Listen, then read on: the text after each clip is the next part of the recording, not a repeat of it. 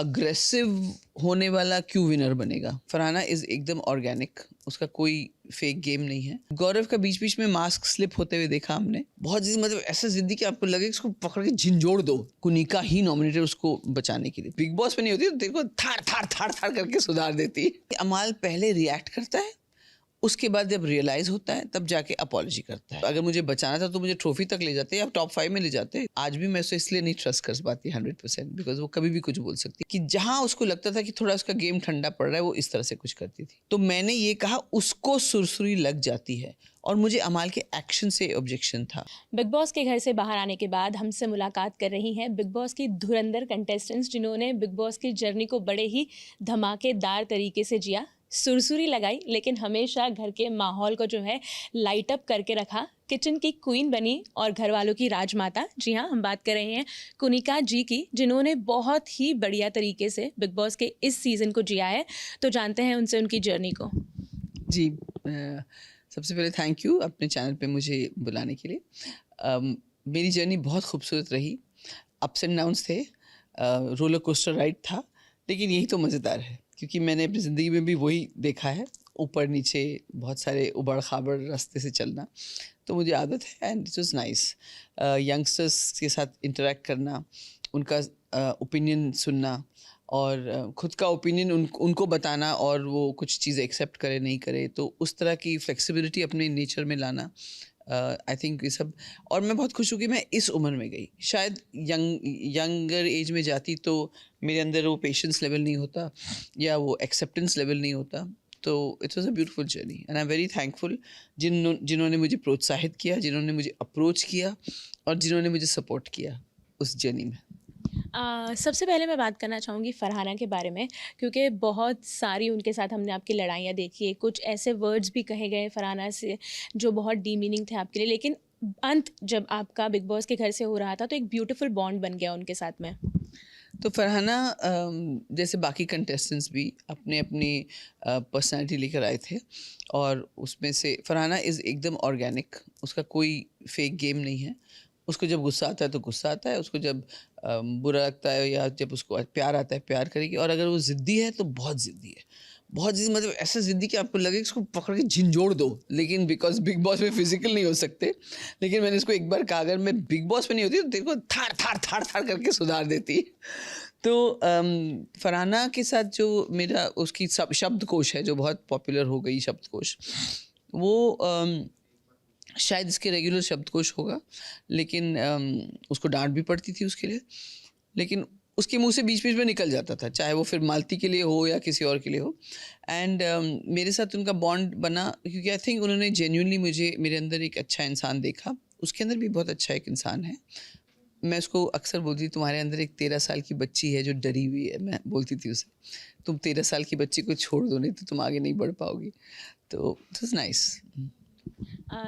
तानिया के बारे में क्या कहना चाहेंगी? सोशल मीडिया सेंसेशन है कहीं न कहीं, जिस तरीके से वो बातें करती हैं, जो भी अपने लाइफ़ के बारे में बताती है, कितना आपको उस पर यकीन है और किस तरीके से आपका उनके साथ इक्वेशन रहा है? तो तान्या के बारे में ये है कि सबसे पहले तो we are no one to जज कि उसका सही है या गलत। उसने अपने लिए जो कहानी चुनी है या उसको अपना गेम जिस तरह खेलना है वो उसके ऊपर कम्प्लीटली डिपेंडेंट है, और अगर वो यहाँ तक पहुँची है तो उसका मतलब कुछ तो सही कर रही होगी। कितना सच है झूठ है, मुझे नहीं लगता कि 100% सच है। और कभी कभी ऐसा होता है कि हम अपने लिए एक नैरेटिव सेट कर लेते हैं अपने खुद के लिए कि मैं ऐसी हूँ, मेरा ऐसा है, मेरा जो हम चाहते हैं बनना, और वो हम दुनिया को बिलीव करवा देते हैं। तो ये तो एक कला है, तो बहुत अच्छा एक मतलब it's a very beautiful talent जो, और पूरा इंटरनेट उसके बारे में या तो उसकी बुराई कर रहा है या उसकी अच्छाई कर रहा है, या उसके फैंस हैं, छोटी छोटी बच्चियां भी फैंस हैं।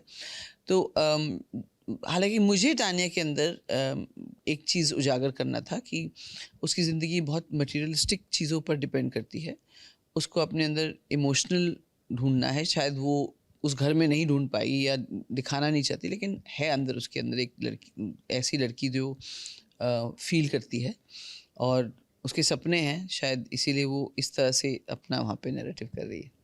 कहीं न कहीं आपने तानिया को ट्रिगर भी किया है उनके संस्कार को लेकर, उनकी मम्मी को लेकर, जो बात आपको पता थी कि वो ट्रिगर हो जाएगी टास्क के दौरान, और उसके बाद कहीं न कहीं आपके रिश्तों के बीच कड़वाहट भी आ गई? मैंने तान्या को ट्रिगर नहीं किया, ट्रिगर के इंटेंशन से नहीं किया। मैंने उनको जो बोला वो मैं बिलीव करती हूँ उसमें, और मैं अपने घर वालों के बच्चों के साथ भी अमल करती हूँ कि आपको सेल्फ डिपेंडेंट होना चाहिए।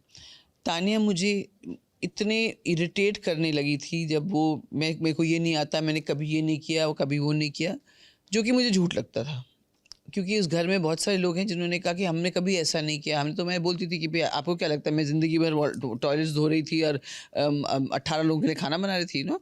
सो this was a good escape route for people. आज भी कुछ ऐसे लोग हैं कि भाई मुझे डिटर्जेंट एलर्जी है, मैं एफिडेविट दे कर आई हूँ, और बिग बॉस को पता है भैया हम तो नहीं देखे एफिडेविट। तो उसने ट्रिगर किया था इसलिए क्योंकि मैं उसको अपनों जैसा ट्रीट कर रही थी, उसको और नीलम को, और मुझसे वो बात कर सकती थी। उसको अगर कोई चीज़ बुरी लगी, उसने उस टाइम कुछ नहीं बोला जब मैंने कहा। उसके 2 दिन बाद उसने चूज़ किया, जब उसको ककड़ी काटना नहीं आ रहा था, जब मैंने कहा अरे ये भी नहीं सिखाया माँ ने, तो उसने उस बात को लेकर बाहर गार्डन में हंगामा मचाया। तो I think that was wrong, she hurt me with that, and आज भी मैं उसे इसलिए नहीं ट्रस्ट कर पाती 100%, बिकॉज वो कभी भी कुछ बोल सकती है। और नीलम के साथ फिर हुआ, फिर फरहाना के साथ भी झगड़ा हुआ जब उसके साथ दोस्ती भी की, तो कहीं ना कहीं she was, I now realise, मुझे अभी लगता है कि जहाँ उसको लगता था कि थोड़ा उसका गेम ठंडा पड़ रहा है, वो इस तरह से कुछ करती थी। और वो कैमरा से बात करी, जो कि मुझे लगता था कि how odd, why would you talk to the camera, that's so unnatural और सो अनऑर्गेनिक। लेकिन वो कर रही थी और लोग उसको देख रहे थे, और मेकर्स ने भी एडिट करके रखा उसको सामने। इसका मतलब मेकर्स का भी कुछ इंटेंशन होगा कि इसको ऐसे प्रोजेक्ट करना। तो I think she is one in her game. काफ़ी सारी चीज़ें वैसे आपके घर में नोटिस्ड हुई है, लेकिन एक थी जब आपने ज़ीशान से खाना छीन लिया था और काफ़ी बवाल हुआ था। ज़ीशान काफ़ी ज़्यादा नाराज़ हो गए थे, लेकिन मतलब वो क्या था, ऐसा क्यों? मैं आपको एक्सप्लेन करना चाहूँगी, जो कि मैंने उस दिन बसीर को भी किया और बाकी घर वालों को, और जीके को समझ आया कि जीके और ज़ीशान, हम लोग पूड़ी बना रहे थे, कम से कम 100 पूड़ी तले गए उस दिन, क्योंकि मुझे नहीं अच्छा लगता कि तुम सिर्फ 2 ही खाना, 3, और पूड़ी कौन 2 खाता है, कम से कम 6 पूड़ी तो एक इंसान खा लेगा। आपको उस हिसाब से उसको बजट करना पड़ेगा कि भाई 6 तो सबको देना है। अब नीलम और तान्या एक बेल रही थी और एक सेक तल रही थी। हमारी बड़ी कढ़ाई तो थी नहीं कि भाई हम एक साथ 4-5 तल, एक पूड़ी उतर रही थी। तो मैंने कहा था कि जब ये भर जाएगा छन्नी, बड़ा छन्नी जिसमें डाला था, इतनी बड़ी थी कढ़ाई में, मैंने कहा तब हम लोग बुलाएंगे लोगों को। लेकिन तान्या बिंग तान्या, आओ ना सर, ले लीजिए खाना। अब मैं, उसने बोला ले लीजिए, तो मैं कैसे मना करूँ? तो मैं उधर आए और वो लेने लगे, तो मैंने कहा नहीं अभी मत लीजिए, क्योंकि पूड़ियाँ ज़्यादा हो जाएंगी, तब सब लोग, क्योंकि आप ले रहे हैं, कोई और आएगा तो मैं इसको मना नहीं कर पाऊँगी। और एक बार कोई आदमी शुरू करता है खाना, उसको फिर वेट करना पड़े, तो वो हमारे पर प्रेशर बनेगा, खास करके इन दोनों के ऊपर। और जीशान जी ने ऑलरेडी 3 पूड़ी ले ली थी, गौरव ने भी ले ली थी। तो गौरव बोला कि मैं खाऊंगा नहीं, मैं यहीं खड़ा रहूँगा। तो मुझे लग रहा था कि that is pressure on them, because they were all getting nervous कि भाई बोथ ऑफ देम, दोनों जो थे। तो मैंने जीशान जी के प्लेट से पूरी, गौरव उस तरफ खड़े थे, जीशान जी गौरव इस तरफ खड़े थे, तो उनकी प्लेट से निकाल दी, मैंने पूरी रख दिया। मैंने कहा आप लोग रुक जाइए। जीशान जी ने उसे अपने बचपन के किसी याद से जोड़ दिया, या अपने घर के किसी याद से जोड़ दिया, वो ट्रिगर हो गए। That is his option, that is his choice, उसका मैं कुछ नहीं कह सकती। और फिर जाके बसीर को बोला, बसीर ने मुझे बहुत अच्छी तरह से बोला, मैम मैं आपको बहुत प्यार करता हूँ, रिस्पेक्ट करता हूँ, ये आपने गलत किया। मैंने फिर बसीर को एक्सप्लेन किया कि देखो ऐसा ऐसा था, तो बात बढ़ी, ठीक है।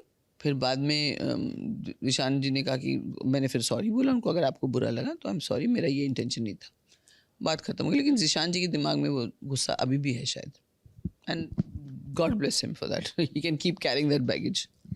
कहीं ना कहीं गौरव खन्ना के साथ हम आपका एक बहुत अलग इक्वेशन देखते हैं, बहुत एक अलग बॉन्ड देखते हैं, लेकिन तान्या ने शुरुआती दिनों में ही उसे ख़राब कर दिया। तो क्या आपको ऐसा लगता है कि अगर वो चीज़ नहीं हुई होती तो आज आपका रिश्ता कुछ और होता?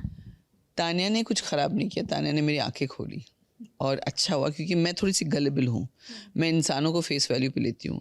अच्छा हुआ कि उन्होंने मुझे पहचान बता दी गौरव की, और उससे मेरे लिए हेट्रेड नहीं हुआ गौरव की, लेकिन मैं केयरफुल हो गई उसके साथ इंटरेक्ट करने पे।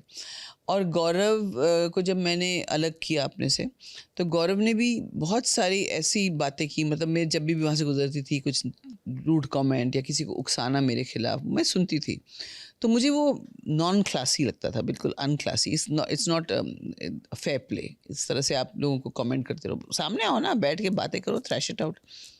तो तान्या ने बहुत अच्छा किया, मुझे सही चेहरा दिखाया उनका, और बाद में तो मैं ऐसी हूँ, फॉरगिव कर दिया, फॉरगेट कर दिया, तो ठीक है। लेकिन गौरव, आई डोंट थिंक वो 100% बेबाकी से खुल के आए हैं, और किसी के साथ भी। इसी पर मेरा सवाल होगा कि काफ़ी एक ठंडा गेम बोल सकते हैं या फिर माइंड गेम बोल सकते हैं कि जिस तरीके से वो शुरुआती दिनों में शांत रहने के बाद अब जिस तरीके से अपनी पर्सनालिटी दिखा रहे हैं, कहीं ना कहीं सोशल मीडिया पर ये भी है कि अब मेकर्स शायद उनको फुटेज ज़्यादा दे रहे हैं या फिर वो एक तरीके से अब उन्हें विनर दिखाना चाहते हैं। आई डोंट नो कि अग्रेसिव होने वाला क्यों विनर बनेगा। According to me that should not be the narrative. लेकिन अगर वो उस तरह से उसके अग्रेसिवनेस के लिए अब उसे विनर बनाता है, दैट्स द मेकर्स कॉल। हम जब साइन अप करते हैं शो के लिए तो हमारे हाथ में एडिट नहीं होता, और हम एक्सेप्ट करते कि जो एडिट होगा वो फाइनल मेकर्स कॉल। जिस तरह मैं फिल्में करती थी और फाइनल जो डिसीजन होता है प्रोड्यूसर और डायरेक्टर का होता है कि किस तरह फिल्म उनको दिखानी है। मैंने अगर 25 दिन भी शूटिंग की, उनको वो 2 ही सीन डालना है तो वो उनका चॉइस है। तो उसी तरह मेकर्स का भी चॉइस है। लेकिन गौरव का बीच बीच में मास्क स्लिप होते हुए देखा हमने, और फिर वापस वो पहन लेते हैं। अगर इसकी वजह से वो विनर बन जाए तो फिर यू मेकर्स जिम्मेदार है, और मेकर्स रिस्पॉन्सिबल है ऑडियंस को जवाब देने के लिए। तो वो जवाब ऑडियंस मेकर्स को देना पड़ेगा। बिग बॉस के घर से कई कंटेस्टेंट्स बाहर हैं, उन्होंने कहा कि बिग बॉस बायस्ड है। क्या आप इस बात से सहमत रखती हैं? और कई बार सोशल मीडिया पर ये भी कहा गया कि आपके लिए बायस्ड है कि सलमान खान आपको डांटते नहीं हैं या अरे बाप फिर रे। आपको जब जब नॉमिनेशन में डाला गया उस हफ्ते नॉमिनेशंस को रद्द कर दिया गया। सबसे पहले नॉमिनेशन की बात करूं, मैं कभी अलोन सिंगली नॉमिनेटेड नहीं थी कि भाई कुनिका ही नॉमिनेटेड उसको बचाने के लिए। तो ऐसा नहीं, ये एकदम आरोप गलत है। सलमान सर ने मुझे बहुत बार डांटा, सलमान खान साहब बोलती हूँ मैं, लेकिन खान साहब ने बहुत बार डांटा।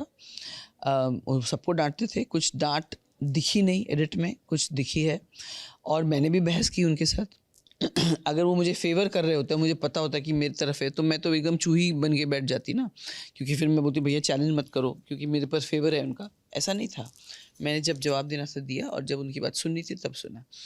और मेकर्स अगर मुझे बचा रहे थे तो उनके हाथ में नहीं था, क्योंकि अल्टीमेटली वोट्स के ऊपर होता है, और वोट्स इनके ऑडिट होते हैं मेरे, जो मैंने सुना है। तो आई don't think this is absolutely, ये बिल्कुल गलत। और अगर नैरेटिव मतलब अगर मुझे बचाना था तो मुझे ट्रॉफी तक ले जाते या टॉप 5 में ले जाते, तो वहाँ क्यों नहीं लेके गए? 13th वीक में ही एविक्ट किया, जबकि 1 हफ्ता दूर थी मैं फिनाले से। तो ऐसा नहीं होता, अगर वो होता तो एंड तक ले जाते।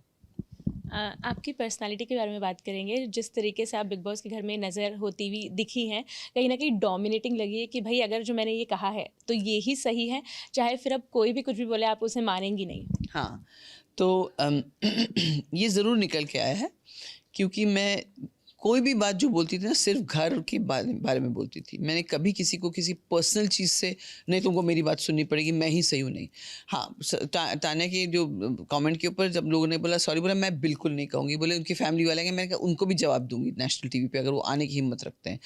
तो वहाँ पे मैं अड़ गई थी, वो पर्सनल चीज़ थी। लेकिन जो बात है घर की, जैसे किचन की ड्यूटी करनी है या ये करनी, तो आपको करना पड़ेगा। और आप इस तरह से मैं डोमिनेटिंग हो सकती थी या दिख रही थी। फरहाद जी ने एक बहुत अच्छी बात बोली कि तुम्हारे जो केयर है वो कंट्रोल दिख रही है। और मैंने बहुत सोचा, मुझे बहुत बुरा लगा, वो बहुत बुरा। बल्कि मैंने इस बात को कन्फेशन रूम में बिग बॉस से एड्रेस किया कि आई डोंट लाइक इट कि वो मेरे केयर को इस तरह से बोल रही हैं, और आइंदा से कोई होस्ट मुझसे इस तरह बात ना करे, कम से कम मेरे केयर को लेकर। क्योंकि मुझे जेन्युइनली मैं केयर करती हूँ, और मुझे उसके ऊपर कोई क्वेश्चन करे अच्छा नहीं लगता। लेकिन एक बात जो उन्होंने की कि मुझे कंट्रोलिंग लग रही हूँ, उसके ऊपर मैंने तवज्जो दिया कि क्या ये केयर मैं जो कर रही हूँ इसलिए कर रही हूँ क्योंकि मैं चाहती हूँ कि सब मेरे प्रति आभारी रहें। तो वो जवाब मुझे मिला नहीं, लेकिन मैंने कॉन्शियसली फिर उसको थोड़ा टोन डाउन किया। क्या अमाल वाकई दोगले हैं? क्योंकि दर्शकों ने उन्हें ये टैग दिया है, वो मुँह पर कुछ होता है, पीठ पीछे कुछ और।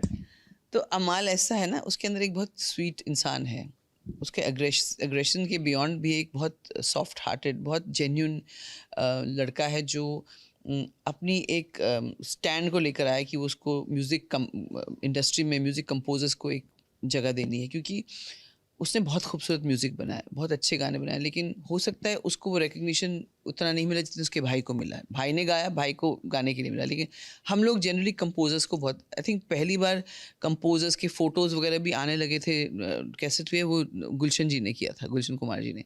तो it's important that we should recognise every element, every nut and bolt in the process of film and music making or film making or whatever, media में. तो अमाल दोगले is a very strong word. मुझे लगता है कि अमाल पहले react करता है, उसके बाद जब रियलाइज़ होता है तब जाके अपॉलॉजी करता है.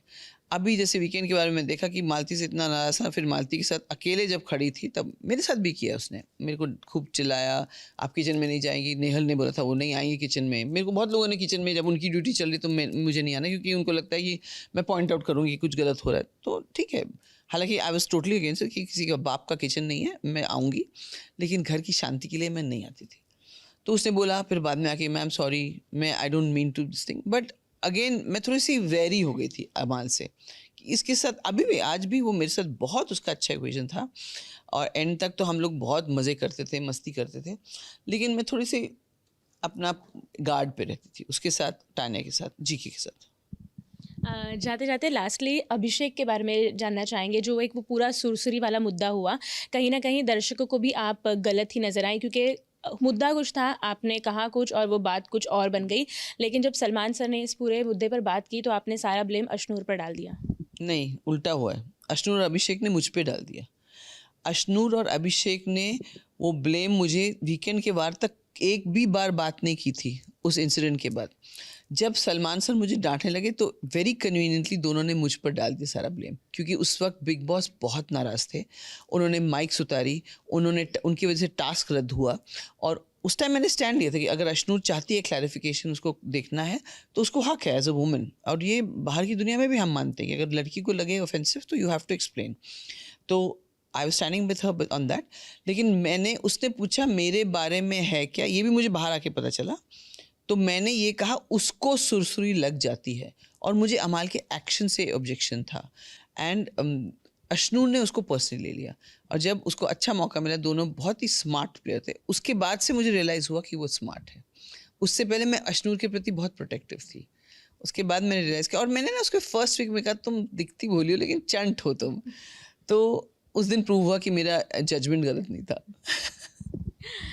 ये बताइए कि बिग बॉस के घर में सबसे बेस्ट मोमेंट आपके लिए क्या रहा और सबसे वर्स्ट?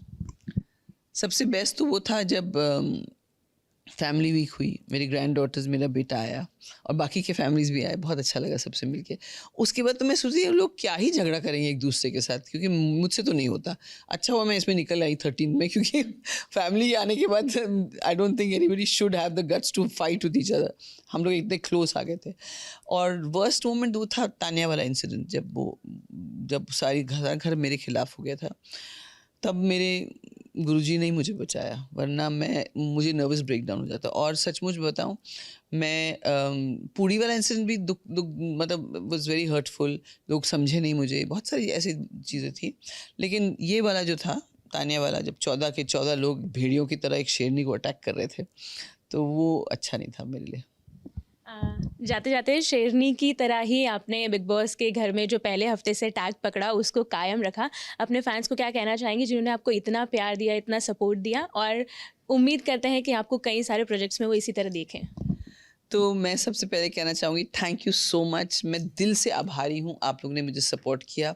बाहर आने के बाद मैंने देखा कि किस ने स्टोरीज़ डाली, कितना मेरे फॉलोअर्स बढ़ गए. आप सब मेरा परिवार है. ऑलमोस्ट 250K फॉलोअर्स हैं अभी. आप परिवार हैं मेरा. यूट्यूब पर भी लोग जुड़े हैं, फेसबुक पे भी जुड़े. Thank you so much. बहुत बहुत प्यार, और आप लोग दुआ करते रहिए और इसी तरह प्यार देते रहिए, और मैं आगे और बहुत अच्छे अच्छे काम करूं फिल्म इंडस्ट्री में, अपने जीवन में, और एक इंस्पिरेशन बनूं आप सबके लिए. Thank you very much.